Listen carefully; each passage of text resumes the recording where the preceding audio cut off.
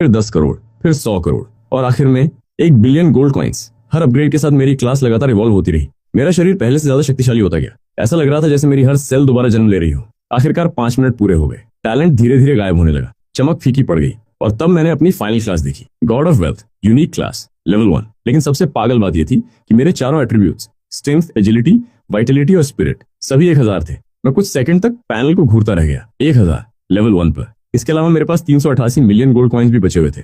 मेरी पहली स्किल थी मनी टॉक्स। मैं गोल्ड कॉइन्स खर्च करके ट्रू डैमेज दे सकता था। दूसरी स्किल थी मनी मेक्स द डेविल मिल। मैं अपने जैसे एट्रीब्यूट्स वाले 10 मनी गोस्ट समन कर सकता था। मैंने गहरी सांस ली। ये ब्रोकन है। उसी समय बाहर जिम्नेजियम में 4 मिनट गुजर चुके थे। अवेकनिंग रूम से कोई फिनोमेनन नहीं निकला था, इसलिए लोग बातें करने लगे थे।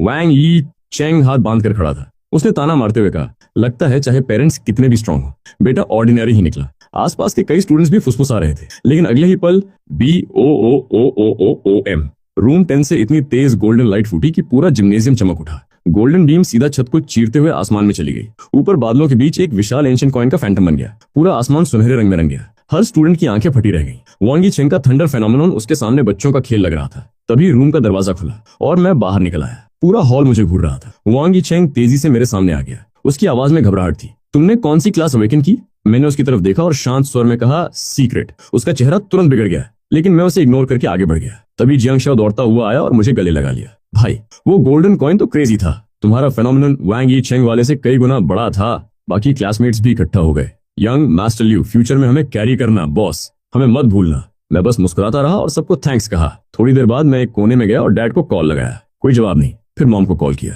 फिर भी कोई जवाब नहीं। मैंने कुछ और बार ट्राई किया, लेकिन किसी ने पिक नहीं किया। शायद वे किसी मिशन पर थे।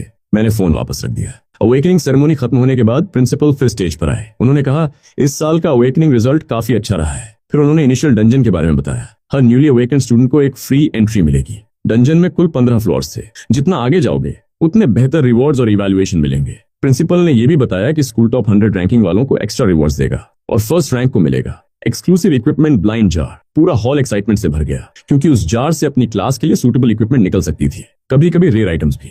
मेरी आंखें चमक उठी। मुझे वो जार चाहिए था, क्योंकि मेरी क्लास नॉर्मल वेपन्स या आर्मर यूज नहीं कर सकती थी। मुझे एक्सक्लूसिव इक्विपमेंट की जरूरत थी। तभी वैंग यीचेंग फिर मेरे सामने आ गया। उसने कहा, हम दोनों की क्लासेस ने फिनोमेनन ट्रिगर किया है, लेकिन डंजन में साबित हो जाएगा कि स्ट्रॉन्गर कौन है। जियांग शाओ तुरंत बोला, इतना ओवर कॉन्फिडेंट मत बनो। फैंग का फिनोमेनन तुमसे कहीं बड़ा